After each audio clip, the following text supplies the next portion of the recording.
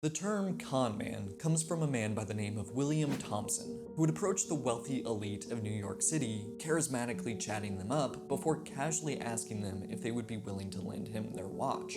The mark, convinced Thompson was trustworthy, would hand over their valuable timepiece, and Thompson would disappear into the crowds. Why pickpocket someone when you can get them to willingly give you their belongings?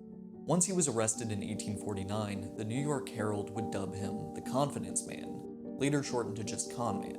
The crimes perpetrated were fairly minor, but the skills used were far from unique to Thompson. There have been cases throughout all of history of people lying their way into the good graces of those foolish enough, hopeful enough, or desperate enough to trust them, only to later experience the betrayal of having the rug pulled out from beneath them.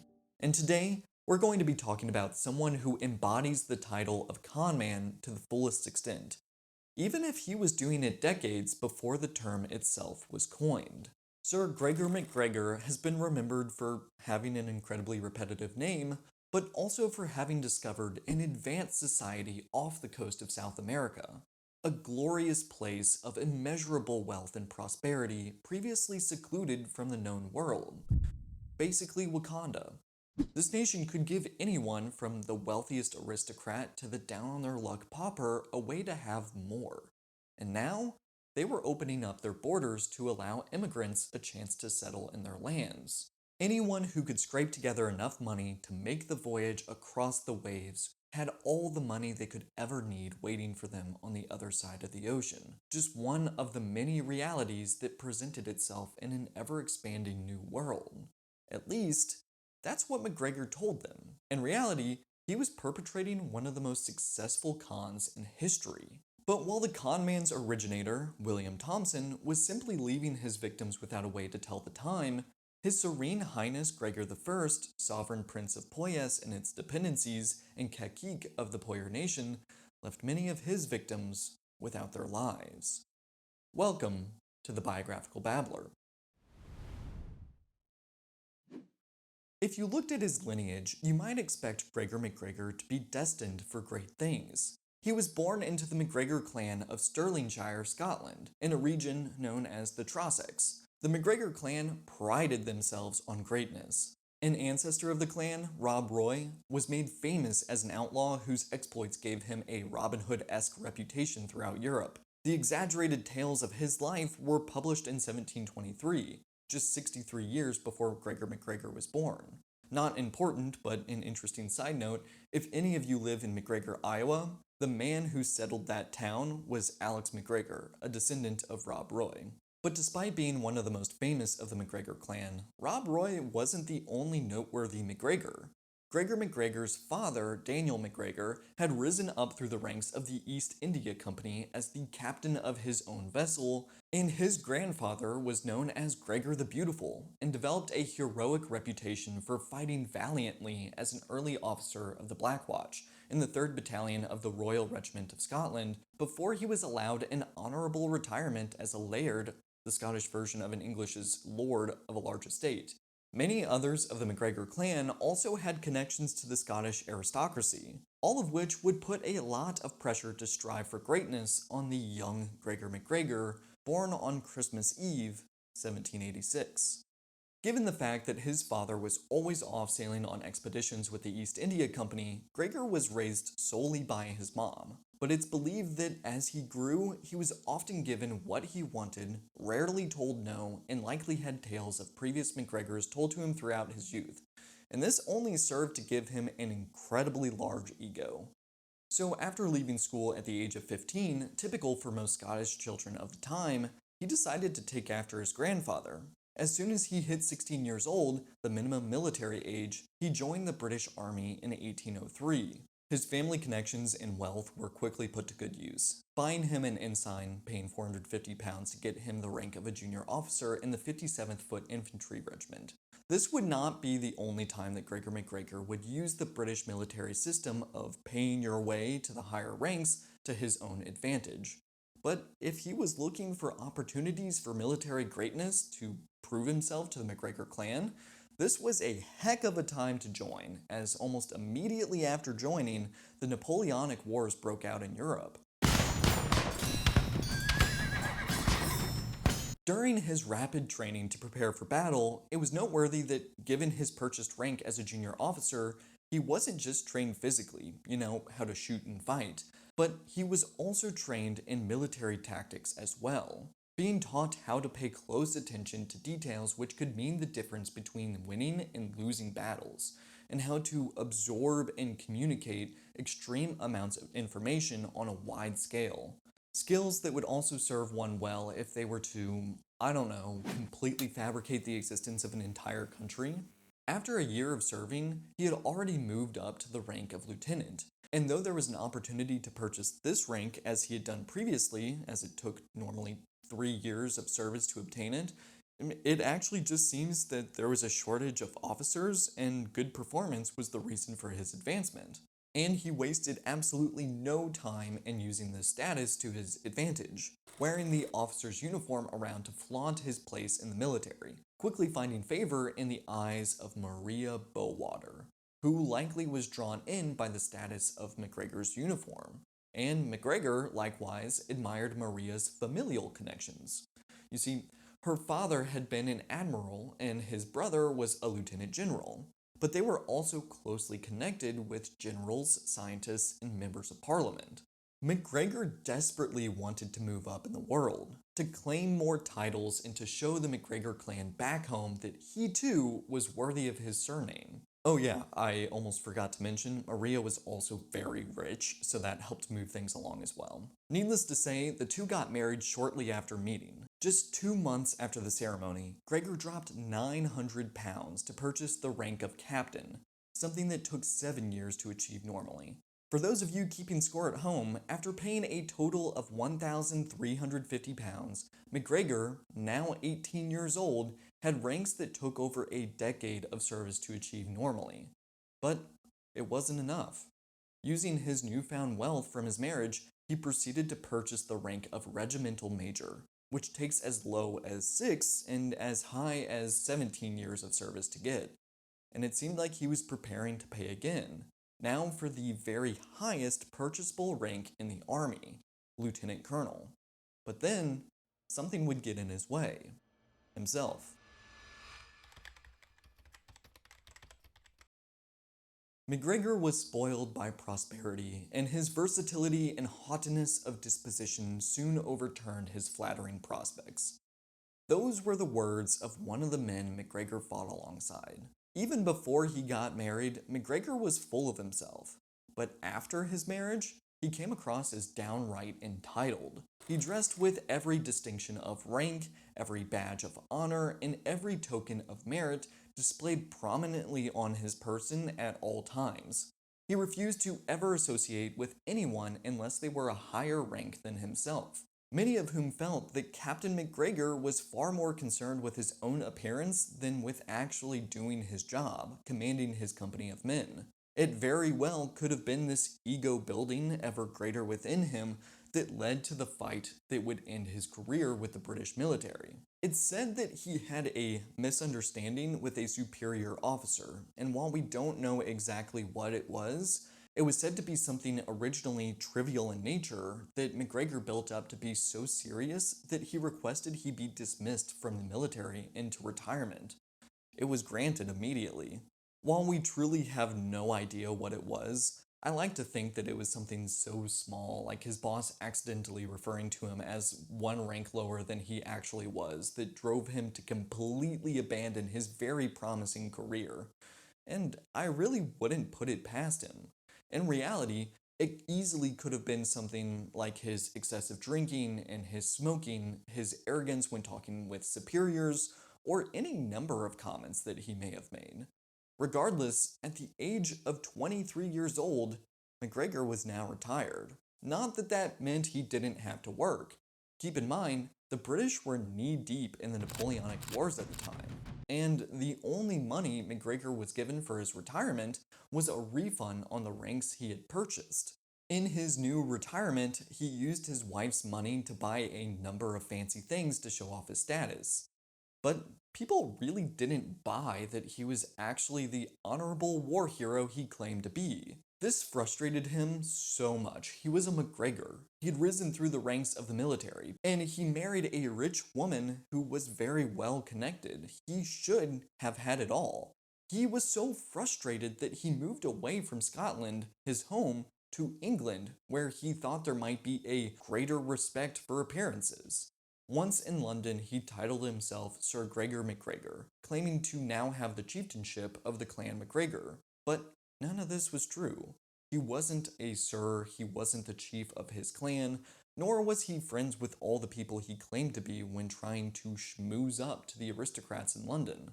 Not that this mattered much to him for very long, though, because in December of 1811, his wife, Maria MacGregor, died, resulting in a complete cutoff from her family's wealth and connections.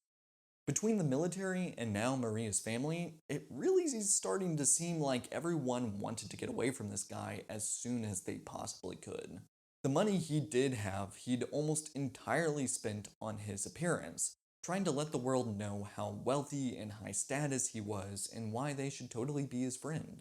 After Maria died, he was pretty much out of options. Her family didn't like him, and they would throw a wrench in any attempt he made to marry anyone else of the status he felt entitled to. And pretty much the only thing he had on his resume at this point was his stint in the military. But once he was retired from the British Army, he couldn't get back in. But given his propensity for exaggerating his titles, connections, and experiences, he figured that it wouldn't be too difficult to find a foreign army to take over. Which one, though? The answer to MacGregor was obvious. The talk of London was about the current revolution in South America. General Miranda from the conflict was making his way around London, asked to dine with the highest political and social echelons of society after having taken command of revolutionaries back in Venezuela. With delusions of grandeur and envisioning himself in Miranda's shoes, MacGregor had set an internal course for Venezuela. Both his father and grandfather had passed away at this point, so he had recently come into his grandfather Gregor the Beautiful's estate. MacGregor sold all of it off and took all the money he had with him to South America. Upon arrival, he aligned himself with the revolutionaries, seeing it as the best opportunity for his own advancement. General Miranda also was now back in Venezuela and was surprised when a former military officer asked him to command his troops, and after hearing all the embellishments MacGregor had to offer, declared him a colonel in the military, in charge of a cavalry battalion. The campaign that ensued saw some wins and some losses, with MacGregor eventually climbing up to the rank of General of Division in the Army of Venezuela and New Granada at just 30 years old, even as General Miranda was replaced at the head of the revolutionary movement by Simon Bolivar. In fact, MacGregor would go on to marry Bolivar's cousin, keeping him in good graces with the new leader after the last one died in a jail cell, as occasionally happens in revolutionary movements. But with the Spanish essentially defeated, opportunity for advancement seemed to be diminishing. He resigned from his post in the Venezuelan military and began to seek out new opportunities. Now, MacGregor's story does get a little murky here, with him claiming that he received a commission from the United States government with a large amount of money asking him to take possession of Florida on behalf of New Granada. And while it should be clear at this point that MacGregor is not a reliable narrator in his own story, there is a legitimate record of him being in Washington, D.C. in March of 1817 that's held within the archives of the State Department. The record is a mandate authorizing him to take possession of Amelia Island and of East and West Florida, but it's only signed by the representatives of Spanish America, not the US. Regardless, the whole thing was put on hold after James Monroe became president. The crazy thing is, one of the first monetary scams MacGregor pulled off was on the American people. This wasn't the major Poya scam he would eventually become known for, but after he had concluded his business in the nation's capital, he sailed to New York, then South Carolina, then Georgia. And all along this route, he convinced people of his status, telling them that he was going to be assembling an army of his own, saying that he was going to liberate Florida. and in doing so, told people that he was going to give them early access to the ability to buy large swaths of fertile land in Florida, that being the land that he was just about to liberate. People could pay $1,000 for either 2,000 acres of land or choose to just get their money back at the end of the conquest with interest. They couldn't lose. Well, except for the fact that MacGregor just took their money and left, leaving his victims behind empty-handed. Now, with around $160,000 from Americans, MacGregor sailed on his way, but after staying on Amelia Island for a while, he sailed further south, alongside the captain of his vessel, George Woodbine, someone who I can only really describe as an enabler. He had fought against the Americans in the War of 1812, but later became a mercenary before linking up with MacGregor. He fed into MacGregor's fantasies, suggesting that they should be able to easily raise money from Europeans, perhaps even more easily than they had with the Americans, specifically targeting those in London because of stories that had been spreading throughout the Caribbean about wealthy sympathizers in England willing to donate to revolutionary causes. He fed into MacGregor's ego, saying that someone with his level of exploits and achievements would have no issue attracting support for his cause. What that cause was just details. They simply needed some reason that would make sense for people to willingly part with their hard-earned cash.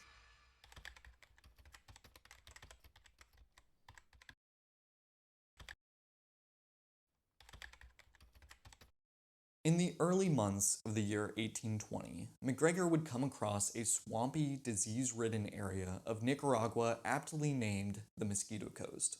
It did have its inhabitants, though there weren't many. The indigenous people were willing to take MacGregor in while he was there since they were familiar with the English.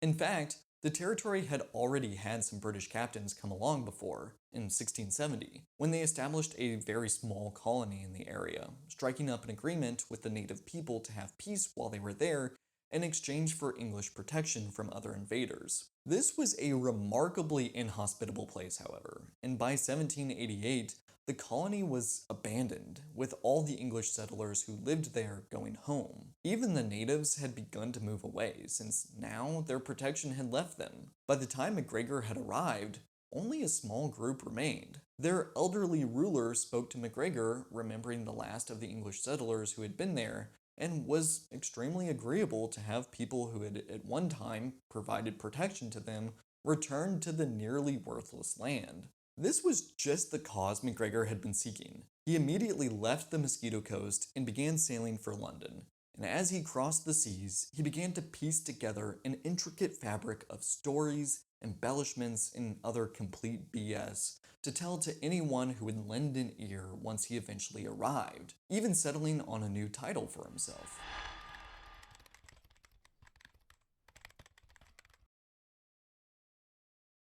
MacGregor re-entered London society in 1821, claiming to be the representative of a faraway utopia.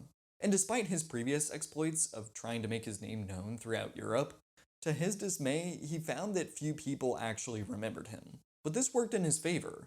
It allowed him a sort of a clean slate to build his new image on.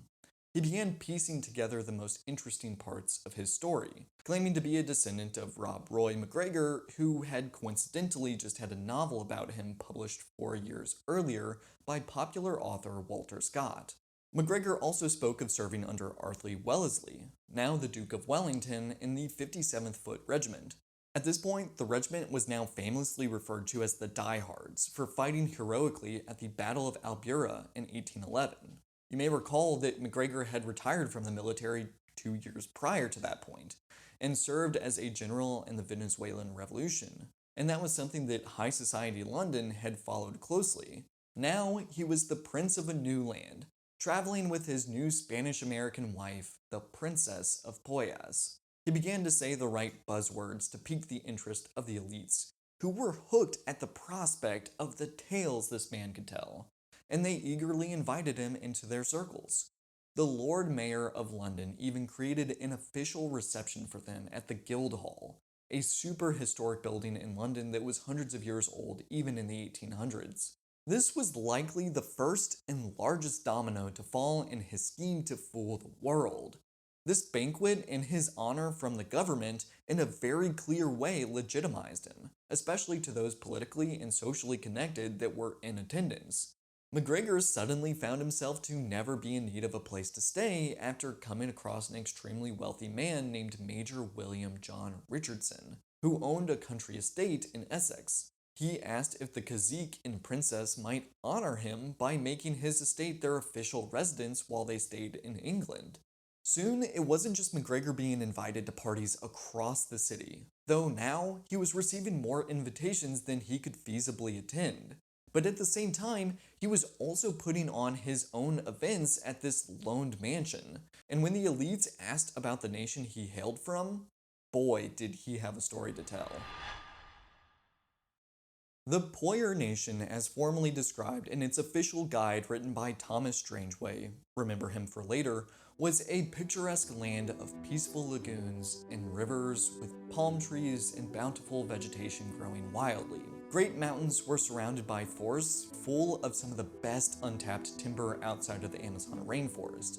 The rivers that snaked through the interior were exceptionally clean and clear, and oftentimes you could spot a sparkle at the bottom, where small chunks of gold were frequently found just sitting there, waiting to be collected. The climate was unique in that it was mild for its latitude, not being nearly as hot as other islands in similar conditions. Huh, that's pretty convenient for them. Oh, and what's that? The moon is also brighter on the island? Yeah, that makes total sense. Strangeway wrote that even the smallest print is legible at night, and even when it was a new moon, as in completely dark in the sky, you could still see some light, as Venus appeared to look like a little moon, so bright that it could cast shadows. The materials MacGregor proudly displayed to anyone interested in them included the exact location of the Poyer Nation, and he was able to produce a chart that had an outline of the nation sketched on it. He said that there were 8 million acres of prime land that he was selling in 540-acre lots that people could use to enrich themselves, the price of which would be just over £55. Keep in mind, this was not cheap. In 1822, skilled workers in London might make around £1 10 shillings in a week. Unskilled workers with roles in the burgeoning factories of the Industrial Revolution might make closer to £1 a week. So this land was over a year's wages before taking into account the expenses for stuff people needed to survive. But MacGregor had reassurances for even the poorest individuals who hoped for a better life for themselves and their families. In the official guidebook of Poyas, Strangeway described the economics of moving there, estimating that the people living in this utopia were more than willing to work for the settlers, and would only cost them about £20 a year to pay. Not only would this be no problem given that the climate and soil was so ideal for growing maize, a type of corn, that you could get 3 harvests in per year. Normally 2 was considered to be as much as you could feasibly get in ideal growing conditions at the time, but those working for you would also be incredibly inviting, with the book describing Poyers as modest, docile, and friendly, most of whom knew English, requiring very little work on the settlers coming in to communicate with them. They were knowledgeable enough to help you in gold mines, sawmills, or growing any number of staples like corn, coffee, or sugar. Strangeway even goes as far as to say that in the very first year, you could establish a cotton plantation that would bring in £100, with it only growing from there. And still, for those too poor to even afford the £55 investment in land, they too had opportunities.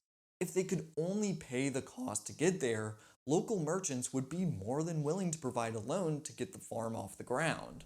Alright, I think it's been long enough. If I may just take a quick tangent, this mysterious Thomas Strangeway, who is so knowledgeable about the ins and outs of the Poyer Nation, appears in other places too. In MacGregor's proclamation he entered into England with, essentially the official document saying that he was a representative of Poyas, it was endorsed as a true copy of the original by Thomas Strangeway's aide-de-camp and Captain 1st Native Poyer Regiment. So, we now have some lore on this Strangeway guy. Aide-de-camp being the title for a military officer, in this instance, captain of the 1st Native Poyer Regiment, working as an assistant to a senior officer. Someone curiously looking into Strangeway's credibility for his book on the ins and outs of Poyas might stumble across this description, filling in any gaps and providing further credence to his writings. Oh, and by the way, if you haven't picked up on the fact that all the descriptions I'm spouting off about the country are complete lies, then let me just spell one more out for you. Thomas Strangeways is just Gregor MacGregor. He wrote the proclamation, the guidebook, and even designed a flag for the fictional country, though not a very creative one, on the roughly 2-month voyage to England from the Mosquito Coast. But unlike his previous attempts to bolster his reputation, I think he did a much better job here, leaning full on into the lies and deception. But now there was a significant financial component as well. For as much as fame was his focal point in life, MacGregor didn't really have a job anymore, and not much in the way of career prospects either after quitting from 2 separate militaries. Land sales were certainly part of the con he was perpetrating, just as he had done with the Americans before, but it was far from the only thing he was using to generate money for himself. For the wealthy, many purchased ranks in the Poyas military, or even roles in the country's government, similarly to how MacGregor had gotten his start. Many of the poorer immigrants sold off their possessions and homes to afford passage across the ocean. But both groups were being told that any money they were getting together for the trip would be absolutely useless once they arrived. Though the Poyers were welcoming to people coming into their country, they didn't use or accept any British pounds. But for this too, MacGregor had come up with a solution. People could give him their savings consisting of valuable British pounds, and in exchange, he would give them what in reality was worthless Poyas dollars that MacGregor had had printed in Edinburgh, Scotland. But by far the biggest source of income for Gregor MacGregor was from people's investments into Poyas. This was huge. He managed to get a Poyas government bond listed on the British Stock Exchange. Secured with the general resources of Poyas, the issuance was a huge success, fulfilling the loan of £200,000. This was in large part because the British government had recently seen their revenues increase from the economic boom in the beginning decades of the Industrial Revolution, which meant that their national debt was reduced dramatically. Not needing any new debt, the government was no longer offering high interest rates on their own government bonds. Foreign bonds, however, had seemed like a much better opportunity where governments were still trying to raise money. Some people bought bonds from Denmark, Russia, Spain, and Austria, while others purchased bonds from Poyas, especially since there had been numerous rumors of the immense gold and silver mines that Spain had been able to tap into in the New World when they had colonies in that area. And it seemed like Thomas Strangeway's guide meant that Poyas too had some of these raw, unexploited resources, making their bond seem like a safe investment. But while the bond money was rolling in for MacGregor, a hopeful group of around 250 first-wave settlers set off in high spirits, sailing toward their new lives, completely unaware of the horrors that lay waiting for them.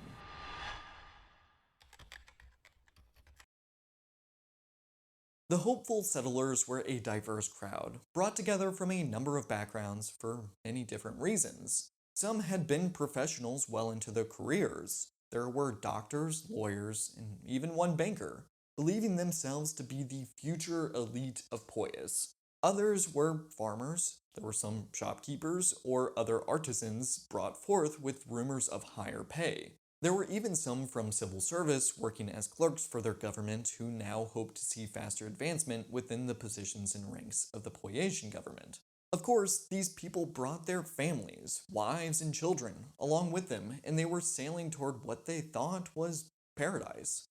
And before you go thinking that these people were going out on their own volition without MacGregor's knowledge, I'd like to clarify that Gregor MacGregor took the time to go to the immigrants to personally send them off, wishing them all the luck on their endeavors.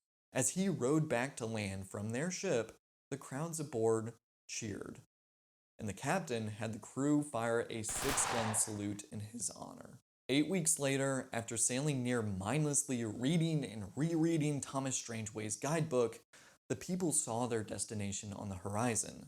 sailing into what their maps called the Sea of Poyas. To the passengers of the ships looking from a distance, Poyas really did look beautiful. For all they knew, this was the final confirmation they needed.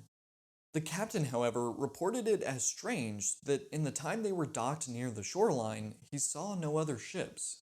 Scanning the shores with his spyglass, he couldn't see any buildings, any cultivated fields, or anything that might suggest civilization. But the people were still beyond excited. Then, they went to shore. The first to land was James Hastie, who had worked previously at a sawmill in Scotland before bringing his wife and 3 children on the voyage. He couldn't see anything once he landed, and so, figuring that they might have stopped at the wrong spot, he rowed back to the ship. After checking the maps and the surrounding areas again and again, they were convinced that there was nowhere else it could be, so everyone disembarked. Some were disappointed that the Poyers weren't coming out to greet them, but others were still laughing and hugging, having finally made it. Then, they saw people emerge from the trees further down the shore. The figures they saw were actually from a small group of settlers who left the previous September. These were people who didn't want to wait for the official voyage. They wanted to get to paradise sooner. But now, their leader explained to the newcomers that there was nothing there. No Poyas, no people, no fertile grounds, nor golden rivers, just jungle. The ship the first wave had arrived on had sent word shortly after landing that a fierce storm was rolling in and that the captain needed to take it to safe waters. That was the last time they had seen it. This worried some, but it wasn't like they were in any immediate danger. Many people of the later ship had brought everything they had in this world with them, and for the trip they were on, they were actually kinda oversupplied. They had food, clothing, medicine, and tools, with many believing that there was clearly some mistake, and they were still close to linking up with the local government. So, everyone decided to stay. Feeling like they might be in for the long haul, they unloaded the rest of their supplies, but tensions were starting to rise. Some of the wealthier passengers were refusing to do any of the work, feeling like those poorer and worse off should be doing everything for them. They had paid more to be stranded there after all. In trying to bring some of the supplies to shore, one of the rowboats had sunk along with some of the rice and flour. Those who attempted to hunt weren't very successful, and when they eventually came across some of the natives, the indigenous people MacGregor had spoken to, they didn't accept Poyas dollars for their food. It was just useless paper to them. They eventually came back to the shore they initially had made landfall on, only to realize that the ship the second party had come on had also sailed away. Things took a turn for the worst as the people stranded on the Mosquito Coast quickly began to find themselves in a Lord of the Flies situation. They began to learn why the area they landed in got its true name as the Mosquito Coast, as malaria and yellow fever tore throughout their camps. Supplies began to dwindle, and hope for the future was diminished. Wet season brought further sickness as many of their shelters weren't watertight, and men, women, and children began to succumb to their situation, and things began to get dark. One settler, whose name has been lost to history, grew desperate, crafting a makeshift canoe, but as he sailed off, it capsized and he drowned. Fights broke out over the remaining rations, and some who were too sick to move had others simply walk up to them and take their supplies. One man, who had previously been a cobbler in Scotland, had purchased from MacGregor the title of the official shoemaker of Poyas. One day, he went over to his hammock, removed his pistol from his holster, and shot himself. That May, having only been marooned on the Mosquito Coast for 2 months, 2/3 of the entire population had perished. Those that remained saw a ship on the horizon. Finally, rescue. Word of their predicament had reached the British colony of Honduras, and the governor, who had never heard of any place called Poyas in the surrounding area, immediately dispatched a small ship to go and check on them. While on Honduras, they prepared a triage area in case any of them happened to be sick. Once the ship got there, they saw that the people were in a dire state, and there wasn't enough room on the ship for all of them. They took one load of the victims back to Honduras, packing the ship so full that some needed to stay on the deck. where they were subsequently burnt by the intense sun during the day and drenched with heavy rains at night. And while everyone else waited on the Mosquito Coast for more ships to approach, one of the settlers would later detail how the ruler over the native tribe in the area that MacGregor had spoken to years earlier about sending some more people to the Mosquito Coast was furious to see people looking for a place called Poyas that would provide them with cheap labor and lands to rule over, saying that any right to land they thought they had was effectively revoked, and any that chose to stay would see every man massacred. This did little to ease the worry of the remaining survivors. With other ships from Honduras finally picking up the rest of them, they headed toward relative safety. I say relative because, sure, they were headed back towards civilization, but many were still too sick to move or suffering from hunger, heat exhaustion, or any number of other ailments. And the area's small hospital and triage simply couldn't cope with so many patients. Some who had made it through the whole ordeal without any issues whatsoever, but were enlisted in taking daily trips to the graveyard with those who didn't make it, would take their own trip to the graveyard after a heavy dose of alcohol poisoning. It was a tragedy of extreme proportions, but it could have been worse. The Honduran colony's fastest military vessel was sent out across the Atlantic to London after one of the settlers had mentioned that another 5 ships filled to the brim with settlers were setting sail to Poyas soon. The ship arrived in London only to find that all 5 ships had already departed.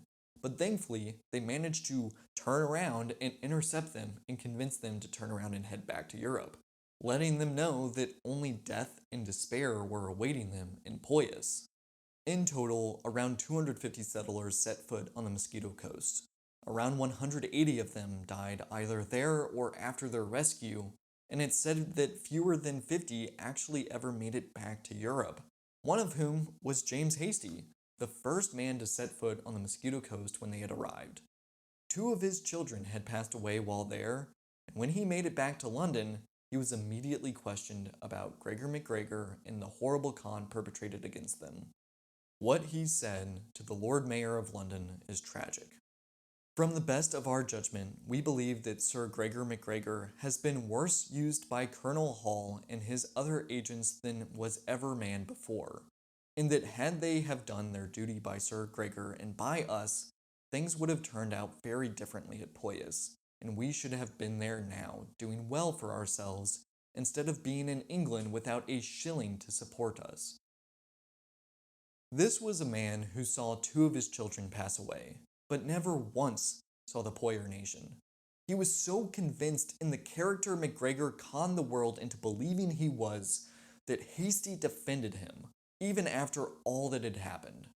They simply could not believe that a person could have so little care for human life as to not only send hundreds to their deaths, but to charge them for it. Hasty would continue to defend MacGregor to the end of his historical record. And where was Gregor MacGregor throughout all this? He had moved on, to France, Paris to be exact, leaving investors who had paid him for the Poyas bond without any return on their investment. He had already issued yet another £200,000 bond on the London market after hearing that the settlers were on their way back, likely realizing that the con was close to coming to an end. But as rumors began to spread about the country not being quite what it seemed, there weren't nearly as many who saw the bond as a great investment. He announced to London that his wife, the Princess of Poyas, had fallen ill. She wasn't. And he needed to take her to Italy for treatment. Then he promptly went to France, likely trying to throw people off his trail. Once in Paris, he attempted the entire scheme again. Everything from presenting himself as a foreign dignitary to now preparing a £300,000 bond for the French stock market. Some companies had heard of him before, just the good things, none of the bad things of course, and set up operations so that they could immediately start exploiting the riches rumored to be in Poyas. And while some wanted to settle on the fancy new nation, others were far more skeptical than MacGregor was comfortable with.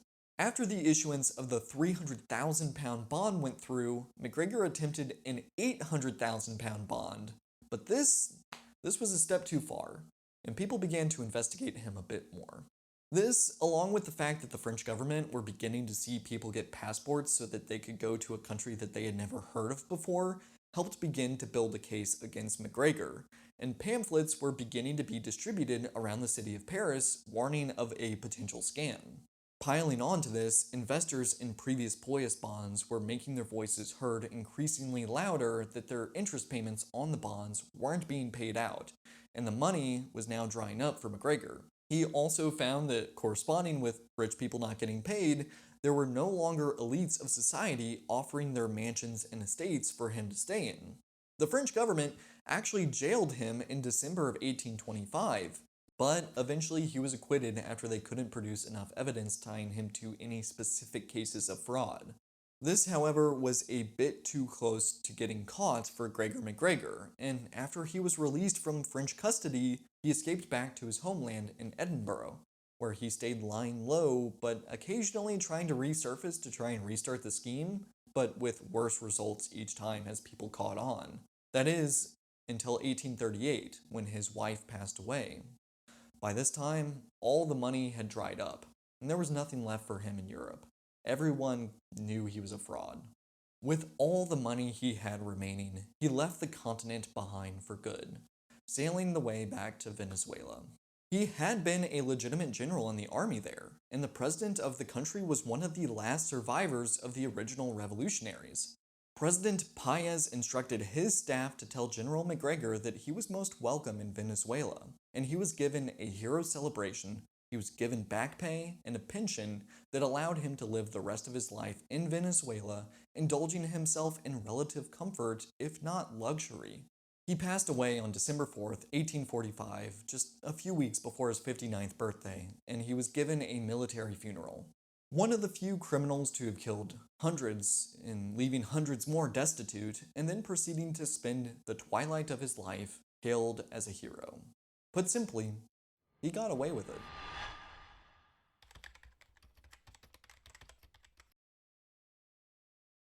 While Gregor MacGregor was enjoying himself in Caracas, his lasting legacy was still gracing itself in some of the hearts and minds of those in Europe, though in a way that would horrify someone as obsessed with self-image as MacGregor. His name came up in comedic poems in the 1830s, he was mocked in a satirical novel about greed, gullibility, and fraud, and illustrations were printed making fun of him. But while he was still well known in the sense of being mocked, it wasn't a durable legacy. And nowhere did his name, prominence, and esteem fade faster than in his home, where his ego had first been built up to begin with. Back in Loch Katrine, MacGregor's ancestral home and birthplace, there remains to this day a graveyard for the MacGregor clan, with notes detailing some of the great achievements of great men. But for someone who lusted after fame, in this place, there's no mention of Gregor MacGregor, the Prince of Poyas. Thank you so much for everyone watching. This has been the Biographical Babbler. This video was made possible with one of the best sources on MacGregor's life and schemes, The Land That Never Was, Sir Gregor MacGregor and the Most Audacious Fraud in History by David Sinclair. He dives a lot deeper into the subject than I did in this video, and it's a great read if you're interested in learning more. Also, like I mentioned in my very first video, I made this channel to cover various historical figures, places, and events. So even though I have lots of stories I'm excited to tell you, if you would like to leave suggestions for me to look into, feel free and I'll check them out. Anyway, I guess feel free to do all the YouTube stuff like liking, sharing, and commenting to help boost this video in the algorithm. But in the end, I hope you liked it. Be safe, have fun, and I'll see you in the next one. Good talk.